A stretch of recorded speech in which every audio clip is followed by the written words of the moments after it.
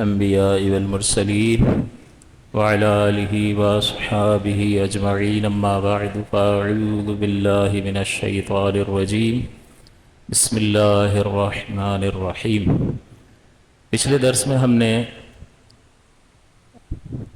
مردوں کی نماز سے متعلق پورا طریقہ ذکر کیا تھا اور پوری نماز کو ذکر کیا تھا، ایک ایک چیز کو۔ عورتوں کی نماز میں تھوڑا سا فرق ہوتا ہے، یعنی نماز میں تو ظاہر ہے کہ ارکان وہی ہیں سارے کے سارے، لیکن باڈی لینگویج میں تھوڑا سا فرق ہوتا ہے، کیونکہ عورت کو پردے کا حکم ہے، لہٰذا وہ جسم کی ایسی حالت کو اختیار کرے گی جس میں سمٹ نہ پایا جائے، جس میں پردے کا زیادہ اہتمام پایا جائے۔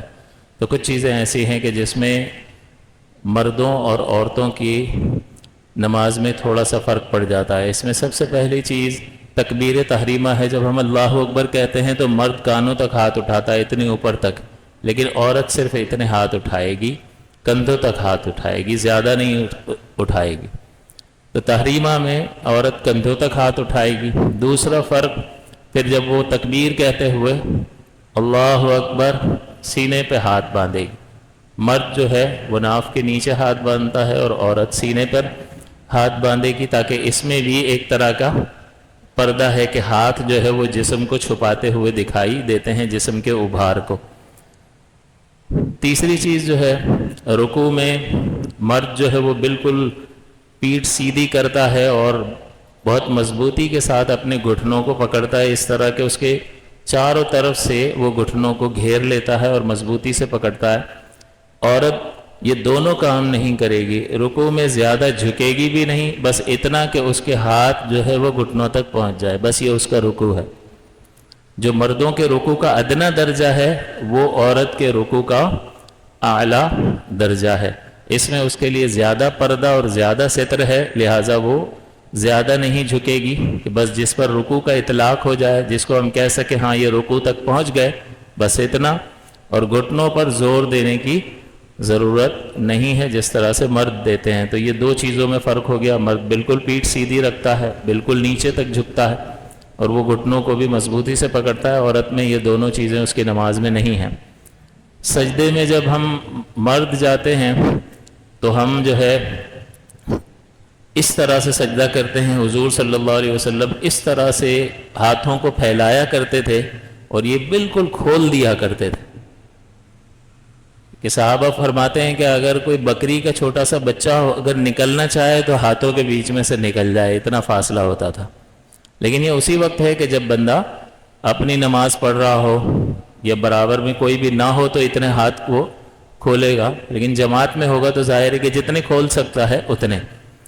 تو یہ بغلیں بالکل کھلی ہوئی ہوں۔ اسی طرح سے جب ہم سجدہ کرتے ہیں تو ہمارا پیٹ ہماری یہ رانوں سے جدا ہونا چاہیے، اسی طرح یہ پنڈلیاں جو ہیں اس حصے سے جدا ہونی چاہیے، تو ہر پارٹ الگ الگ ہمارا سجدے میں ہوتا ہے۔ لیکن عورت بالکل سمیٹ لے گی اپنے آپ کو، بالکل جسم اس کا سمٹ جائے گا اور وہ زمین پر اپنے آپ کو بچھا لے گی، یہ اس کے لیے زیادہ پردے والی صورت ہے۔ چنانچہ یہاں فرمایا کہ سجدے میں زمین سے بالکل چمٹ جائے گی، مردوں کی طرح سجدہ نہیں کرے گی عورت، کیونکہ اس کے لیے، عورت کے لیے اس طرح سجدہ کرنے میں ستر اور پوشیدگی نہیں ہے اس طرح۔ اور اس پر حدیثیں موجود ہیں کہ عورتوں کی نماز کے بارے میں، مصنف ابن ابی شیبہ اور دیگر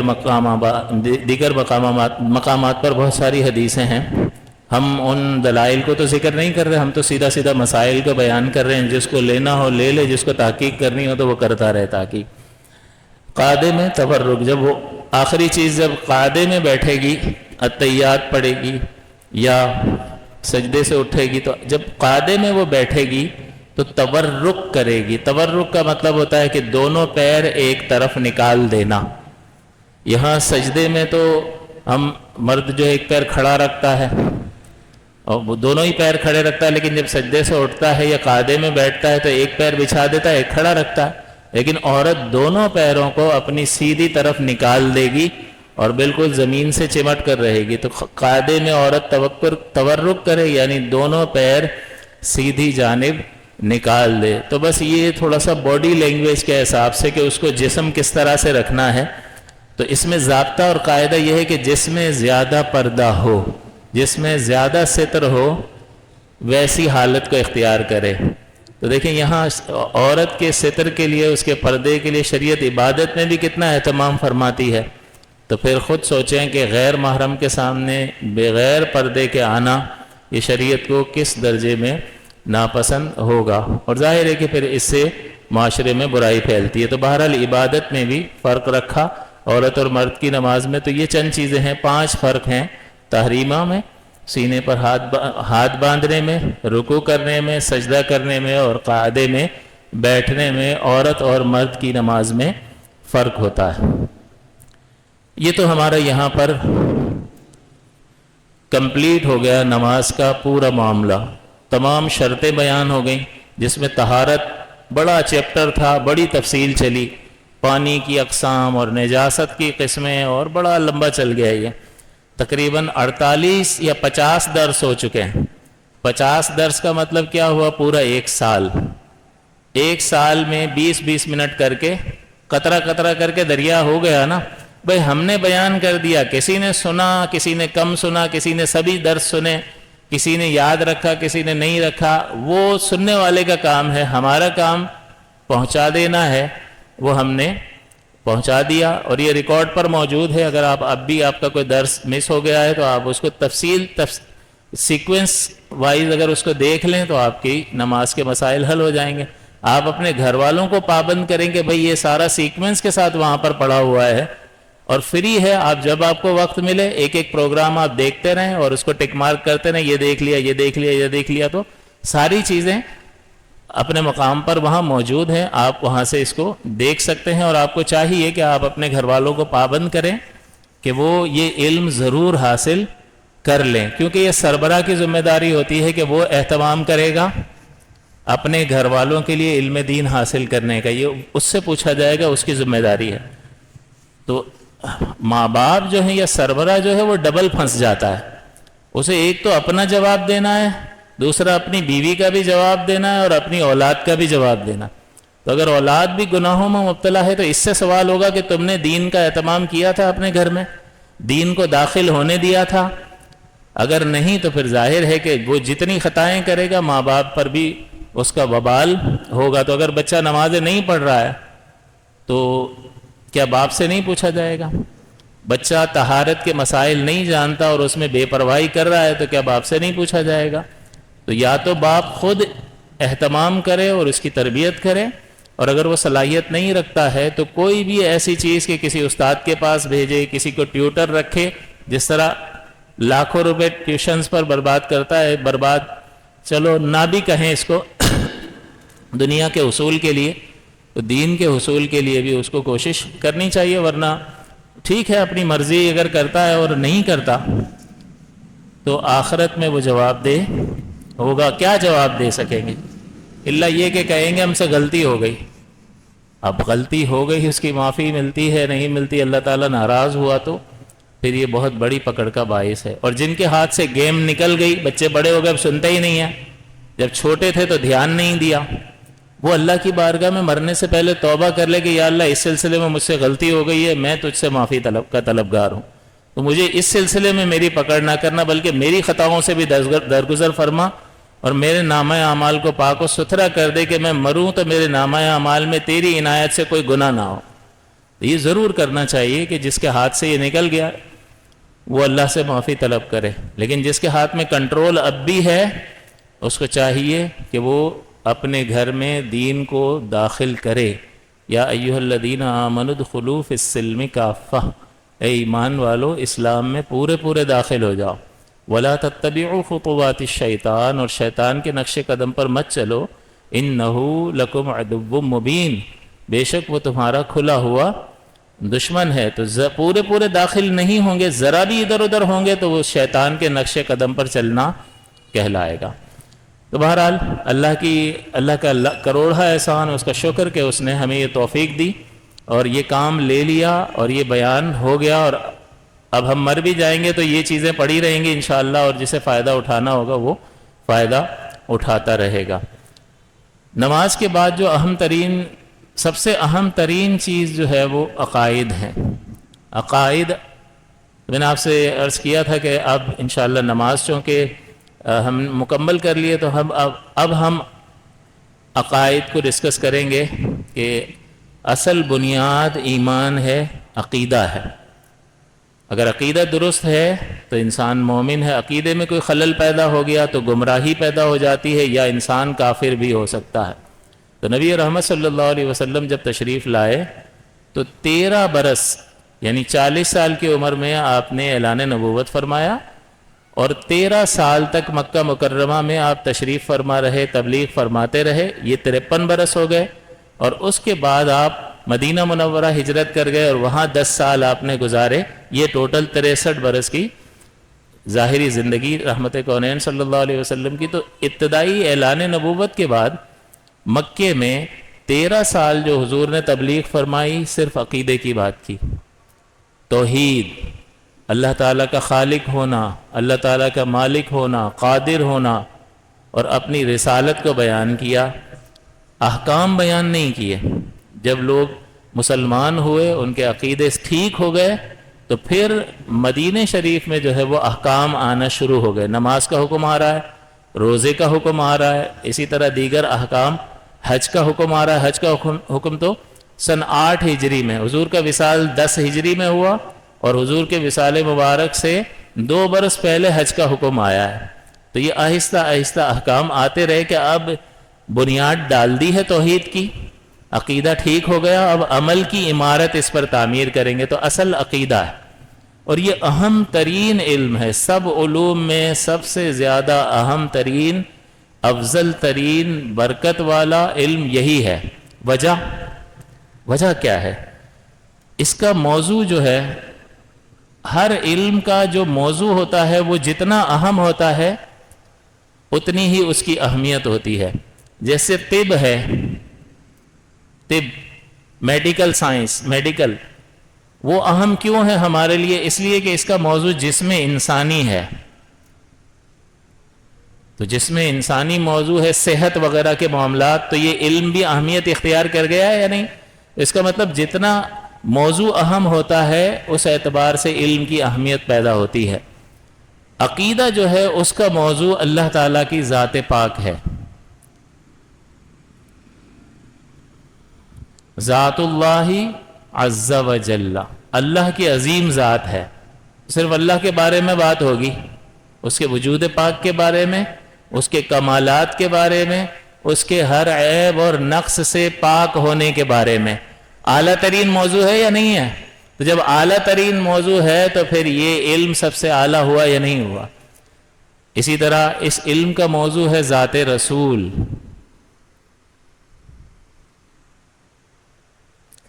مخلوق میں سب سے عظیم تر شخصیت، سید الخلق، تمام مخلوق کے سردار، ان کی ذات پاک اس علم کا موضوع ہے۔ تو اس کا مطلب یہ ہوا کہ عقیدے کا علم بہت اہم ہے۔ تیسرا ہوتا ہے سمعیات۔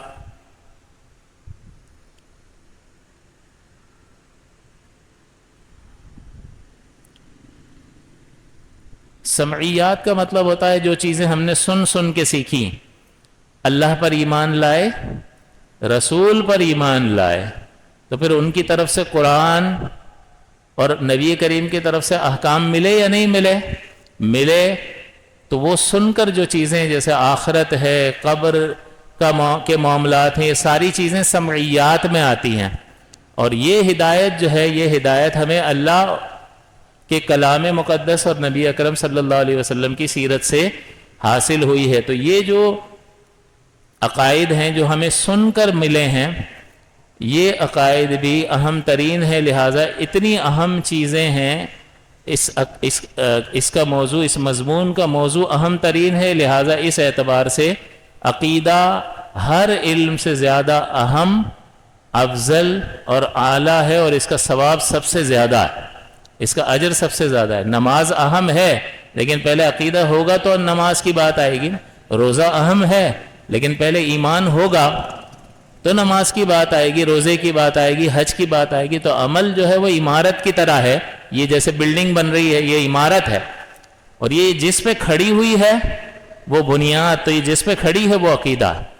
تو اس لیے چونکہ عقیدے کا موضوع اللہ اور اس کے رسول کی ذات ہے، موضوع اتنا اعلیٰ ہے، لہٰذا اس وجہ سے عقیدہ جو ہے وہ سب سے اعلیٰ ترین علم ہے. پھر اس میں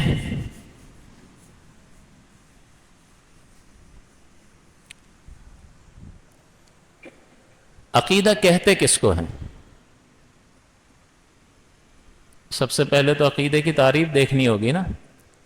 عقیدہ جو ہے اس کا تعلق جو ہے وہ نظریے کے ساتھ ہے، سوچ اور فکر کے ساتھ نہیں ہے. تو اس کا عمل سے کوئی تعلق نہیں ہوتا.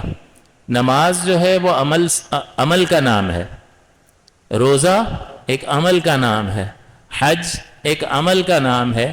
لیکن عقیدہ جو ہے وہ سوچ اور فکر اور خیال اور نظریے کا نام ہے جو انسان کے ذہن میں ہوتا ہے.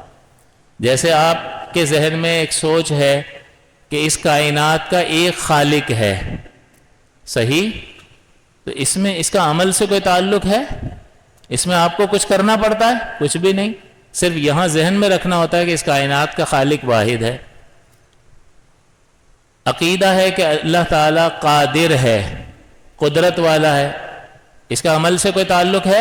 نہیں. اللہ کا ایک کمال ہے اور اس کمال کا ہم اعتقاد رکھتے ہیں. تو اس کا تعلق عمل کے ساتھ نہیں ہوتا. تو یہ ایک سوچ اور فکر اور نظریے کا نام ہوتا ہے کہ جس کو انسان اپنا دین بناتا ہے. تو اس کا مطلب یہ ہوا کہ یہاں تو بہت کچھ ہوتا ہے، سوچیں تو بہت ساری ہیں، نظریات تو انسان کے ذہن میں بہت ساری ہیں. کیا سب نظریے، سب خیالات کو، ساری سوچوں کو عقیدہ کہتے ہیں؟ نہیں.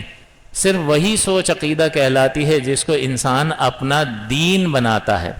اس میں اعتقاد کا ارادہ ہوتا ہے، عمل کا کوئی تعلق نہیں ہوتا ہے. اس کو عقیدہ کہتے ہیں. کہ یہ آپ کیسے یاد رکھو گے؟ عقیدہ ایک سوچ کا نام ہے جس کو انسان اپنا دین بناتا ہے. اس میں صرف اعتقاد کا ارادہ ہوتا ہے، عمل کا ارادہ نہیں ہوتا ہے. 4 چیزیں جب آپ اپنے ذہن میں محفوظ کر لیں گے تو آپ کو عقیدے کی تعریف یاد ہو جائے گی کہ یہ ایک سوچ کا نام ہے جس سوچ کو انسان اپنا دین بنائے، اور اس میں عقیدہ اعتقاد کا ارادہ ہوتا ہے، عمل کا ارادہ اس میں نہیں ہوتا. اس کو عقیدہ کہا جاتا ہے. اب تھوڑی سی بنیادی چیز آپ اگر سمجھیں تو پھر انشاءاللہ اگلے درس میں ہم مزید اس میں آگے کلام کریں گے. یہ بہت اہم چیزیں اب میں نے شروع کی ہیں، تو آپ سے گزارش ہے کہ اس کو اہمیت دیں اور ضرور اس میں شرکت کریں، اور اس کی ویڈیوز پھر آپ بار بار دیکھیں تاکہ یہ چیزیں بالکل ذہن میں پختہ ہو جائیں، راسخ ہو جائیں. اب دیکھیں، ایک چیز ہوتی ہے حکم. حکم ویسے تو ہم کہتے ہیں آرڈر، کسی کو آرڈر دینا، لیکن یہاں جو ہے حکم 2 چیزوں کے درمیان تعلق کو حکم کہا جاتا ہے. جیسے میں کہوں نماز فرض ہے، تو نماز پر فرض ہونے کا حکم لگا رہے ہیں. اس میں یہ ایک چیز ہو گئی نماز، اور دوسری چیز ہے فرض ہونا. نماز پر فرض ہونے کا حکم لگا رہے ہیں. احمد عالم ہے، پورا جملہ ہے، تو احمد ایک چیز اور عالم ہونا دوسری چیز. تو احمد پر عالم ہونے کا حکم لگا رہے ہیں. زید بوڑھا نہیں ہے، یہ انکاریہ جملہ ہے، تو زید پر بوڑھا نہ ہونے کا حکم لگا رہے ہیں. تو 2 چیزوں کے درمیان تعلق جو ہے اس کو حکم کہا جاتا ہے. یعنی ہم فرض ہونے کا حکم نماز پر لگا رہے ہیں. دوسرا جملہ دیکھیں، پانی پیاس بجھاتا ہے. اس میں پانی کے بارے میں حکم لگا رہے ہیں پیاس بجھانے کا. ایک چیز پانی ہے اور دوسری چیز پیاس بجھانا. اور حکم کس کو کہتے ہیں؟ ایک چیز کا تعلق دوسری چیز کے ساتھ جوڑنا پورے جملے کے طور پر. اس میں ہے یا نہیں ہے ہو، تو یہاں پر ہے نا، یہاں پر بھی، یعنی وہ پورا جملہ ہو. دو چیزوں کا تعلق ویسے بھی جوڑ سکتا ہے لیکن پورا جملہ نہ ہو، جیسے اچھا آدمی، تو اچھا اور آدمی دو چیزوں کا تعلق جوڑ رہے ہیں، اس کو حکم نہیں کہتا ہے، وہ پورا سینٹینس ہونا چاہیے، پورا جملہ ہونا چاہیے. تو یہاں پر دیکھیں پورا جملہ ہے یا نہیں ہے، تو اس کو بھی کہیں گے یہ حکم ہے. تیسری بات، تیسرا ایک جملہ لکھتا ہوں کیونکہ تینوں میں پھر مجھے فرق کرنا ہے. 2 + 2 4 ہوتے ہیں.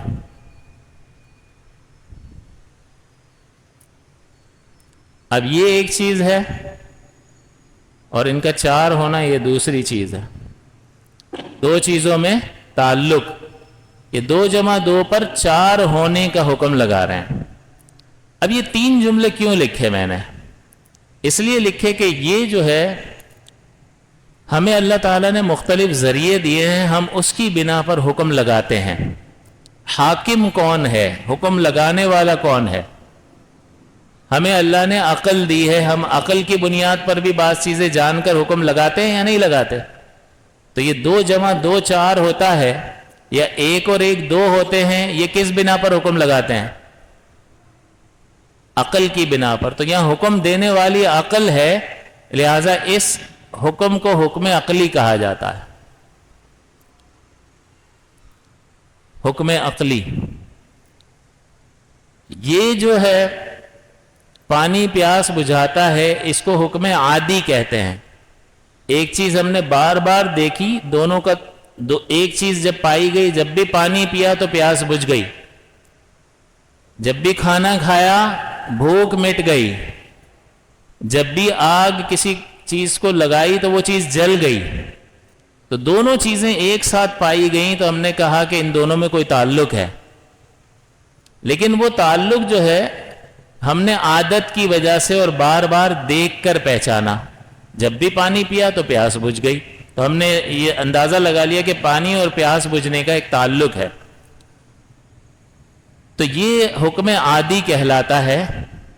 یہ ہم حواس سے پہچانتے ہیں. اللہ نے ہمیں حواس دیے ہیں 5، حواس سے ہم پہچان کر حکم لگا دیتے ہیں. حواس سونگھنا، چکھنا، دیکھنا، سننا اور چھونا، یہ 5 سینسز ہیں. یہ ہمیں اللہ نے دیے ہیں، ان کی بنیاد پر ہم کچھ چیزیں جان کر 2 چیزوں کے تعلق کو بیان کرتے ہیں. اس کو حواس سے جاننا کہتے ہیں، اور ایسے حکم کو حکم عادی کہتے ہیں. حکم عادی. یہاں جو ہے نماز فرض ہے یا ظہر 4 رکعت ہے،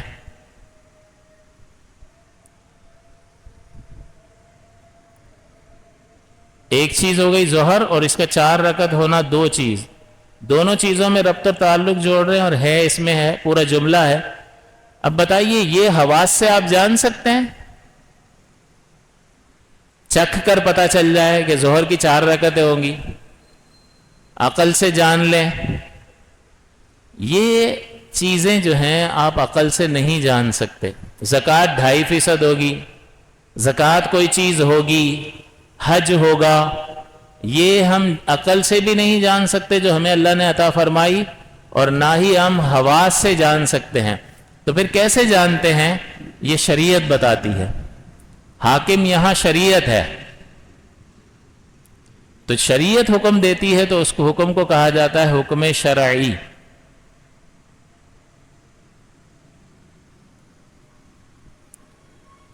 تب دیکھیں 3 طرح کے حکم ہو گئے کہ ہم 2 چیزوں کا تعلق جوڑ رہے ہوتے ہیں، عقل سے پہچان کر جوڑ رہے ہوتے ہیں تو حکم عقلی کہلاتا. عادت کی وجہ سے ایک چیز بار بار ہوتے ہوئے دیکھتے ہیں تو ہم 2 چیزوں کا تعلق جوڑ کر پھر کہتے ہیں پانی پیاس بجھاتا، آگ جلاتی ہے، کھانا بھوک مٹاتا ہے. یہ بار بار دیکھا تو تجربے اور تکرار سے حکم لگایا، اس کو حکم عادی کہا جاتا ہے. اور تیسرا جو ہے حکم شرعی ہوتا ہے، جو شریعت کے بتانے ہی سے پتہ چلتا ہے، نہ ہمیں حواس سے پتہ چل سکتا ہے اور نہ ہی ہم ان چیزوں کو عقل سے جان سکتے ہیں. اس کو حکم شرعی. تو یہ 3 طرح کے حکم ہوتے ہیں، حکم شرعی، حکم عادی اور حکم عقلی. یہ بات واضح ہو گئی اب کیا تعلق ہے اس بحث کا عقیدے سے؟ کیا تعلق ہے؟ تو عقیدہ جو ہے وہ کبھی بھی عادت سے ثابت نہیں ہوگا، حکم عادی سے کبھی بھی عقیدہ ثابت نہیں ہوگا، عقل سے عقیدہ ثابت ہوگا، شرع سے عقیدہ ثابت ہوگا. اور شرع میں جب آئے گا، شریعت میں، تو کیا چیز آئے گی؟ قرآن اور سنت آئے گا یا نہیں؟ قرآن اور سنت. تو اس کا مطلب یہ ہے کہ عقیدہ، جب آپ عقیدہ بیان کریں گے تو پورا جملہ ہوگا یا نہیں ہوگا؟ اس میں بھی آپ حکم لگا رہے ہوں گے، اللہ ایک ہے، یہ ایک چیز ہو گئی، یہ دوسری چیز ہو گئی. حکم لگا رہے ہیں یا نہیں لگا رہے؟ یہ عقیدہ ہے. عقیدے کو آپ جملے کی صورت میں بیان کرتے ہیں تو یا تو یہ حکم شرعی ہوگا، یا یہ حکم عادی ہوگا، یا حکم عقلی ہوگا. یہ تینوں میں سے ایک ہو سکتا ہے. لیکن ہم نے بتا دیا کہ عادت سے عقیدہ ثابت نہیں ہوتا. تو اس کا مطلب یہ ہے کہ یا تو یہ عقل سے ثابت ہے یا شرع سے ثابت ہے. آپ اتنی کائنات کو دیکھتے ہو، عقل کہتی ہے یار اتنی بڑی کائنات خود بخود کیسے ہو سکتی؟ کوئی ہے، کوئی ہے. تو عقل سے آپ نے خدا کا پتہ چلا لیا، کوئی ہے جو اس کائنات سے ایک باہر کی ذات ہے اور وہ اس پہ اثر کر رہی ہے. رب اور عالمین، رب العالمین، رب العالمین، یہ عالم ہے اللہ کے سوا جو کچھ بھی ہے، اس پہ یہ باہر ایک ذات ہے جو اس پہ اثر انداز ہو رہی ہے. وہی پیدا کر رہا ہے ان کو، وہی فنا کر رہا ہے، وہی کمال پیدا کر رہا ہے، وہی اس کو نیچے لا رہا ہے. تو بندہ کہتا ہے یار اتنی بڑی کائنات ہے، کوئی ہے. تو کس سے پہچانا؟ عقل سے. اس کا مطلب عقل سے عقیدہ ثابت ہوتا ہے. اگر ایک سے زیادہ ہوتے تو ان میں ٹکراؤ پیدا ہو جاتا. ایک خدا چاہتا کہ آج رات 10 بجے بارش ہو، دوسرا چاہتا نہ ہو. ایک چاہتا صبح جو ہے 1 بجے دن کے کڑی دھوپ نکلے، اور دوسرا چاہتا نہیں بادل ہو اور بارش برسے. ٹکراؤ پیدا ہو جاتا. ہر ایک اپنی بات کو منوانے کے لیے، فورس کرنے کے لیے، نافذ کرنے کے لیے قوت لگاتا، تو تصادم ہوتا. تو جب دو طاقتوروں میں تصادم ہوتا تو ایک جیت جاتا، ایک ہار جاتا. تو جو ہار جاتا وہ خدا کیسے ہو سکتا ہے؟ جو جیت جاتا وہی خدا ہوتا تو ایک ہی بچتا. عقل کہتی ہے کہ ہے بھی صحیح کوئی، اور وہ ہے بھی اکیلا، پارٹنر نہیں ہے اس کا کوئی. کہاں سے ثابت ہو رہا ہے؟ اس کا مطلب عقیدہ. تو اگر آپ سے کوئی پوچھتا ہے بھائی عقیدے کی دلیل کیا ہے، آپ کہو گے عقل سے ثابت ہوتا ہے، عقل سلیم سے، اور شرع سے ثابت ہوتا ہے.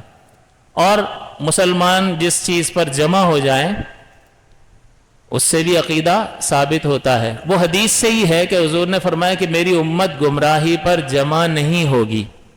تو اگر مسلمانوں کا بہت بڑا گروہ کسی بات کو صحیح کہنے لگے تو اب بتاؤ وہ گمراہی ہوگی یا صحیح ہوگا؟ صحیح ہوگا. اس لیے کہ حضور نے فرمایا کہ میری امت گمراہی پر جمع نہیں ہوگی. تو اس سے علماء نے نتیجہ نکالا، یہ بھی حدیث سے ہی نکلا ہوا ہے، شریعت سے ہی، کہ سواد اعظم، بڑی جماعت جس پر جمع ہو جائے تو اس سے بھی عقیدہ ثابت ہوتا ہے. لیکن وہ اسی کے تحت آئے گا کہ سواد اعظم جو ہے وہ ہمیشہ صحیح ہوگا. یہ کیسے بتاؤ گے؟ آپ کہو گے حضور نے فرمایا. تو حضور جو فرماتے ہیں وہ کیا بنتا ہے؟ اور شریعت کا کون سا جز ہے؟ تو وہ اسی کی طرف ہے. تو اس کا مطلب یہ ہوا کہ آپ سے اگر پوچھا جاتا ہے کہ بھئی عقیدہ کیسے ثابت ہوگا، بتا سکیں گے؟ آپ کہو گے عقل سلیم سے ثابت ہوگا، یا شریعت سے. شریعت کا مطلب قرآن سے، سنت سے، یا بڑی جماعت کے کسی عقیدے پر ہونے سے عقیدہ ثابت ہوگا. تب اتنے مسلمان میلاد شریف کے جائز ہونے کے قائل ہیں، اتنے دنیا کے کثیر مسلمان، سواد اعظم بڑی جماعت ایک عقیدے پر جمع ہے، وہ گمراہی ہو سکتا ہے؟ بولیں. نبی کریم نے فرمایا کہ میری امت گمراہی پر جمع نہیں ہوگی. تو اب 4 دلیلیں ہو گئی عقیدے کے ثابت کرنے کی. عقیدہ عقل سلیم سے ثابت ہوتا ہے، عقیدہ شریعت سے ثابت ہوتا ہے یعنی قرآن اور سنت، اور عقیدہ بڑی جماعت سے ثابت ہوتا ہے سواد اعظم سے. تو 4 عقل کے عقیدے کی دلیلیں ہیں. عقل سلیم، یوں کر لیں، قرآن، سنت، عقل سلیم اور سواد اعظم. قرآن، سنت، عقل سلیم اور سواد اعظم. جب آپ ایک خالق کے وجود کو مان لیتے ہیں کہ ایک ہے، پھر آپ دیکھتے ہیں یار اتنی بڑی کائنات بنائی ہے، تو کیا کوئی مردہ یہ کائنات بنا سکتا ہے؟ اس کا مطلب عقل ہی کہتی ہے زندہ ہے. تو عقل سے ہی آپ نے اس کو حی مان لیا، حی القیوم، زندہ ہے. دوسرا بتاؤ، اتنی بڑی کائنات بغیر علم کے بن سکتی ہے؟ بن سکتی ہے؟ نالج چاہیے. ایک عام آدمی کو آپ کہہ دو، دکاندار کو، کہ بھئی تو مجھے ایک ٹیبل بنا دے، وہ کہے گا بھئی کارپینٹر کے پاس جا، میرے پاس دودھ والے کے پاس جاؤ، جا کے کو ٹیبل بنا دے. وہ کیا کہے گا؟ I don't know how to make a table.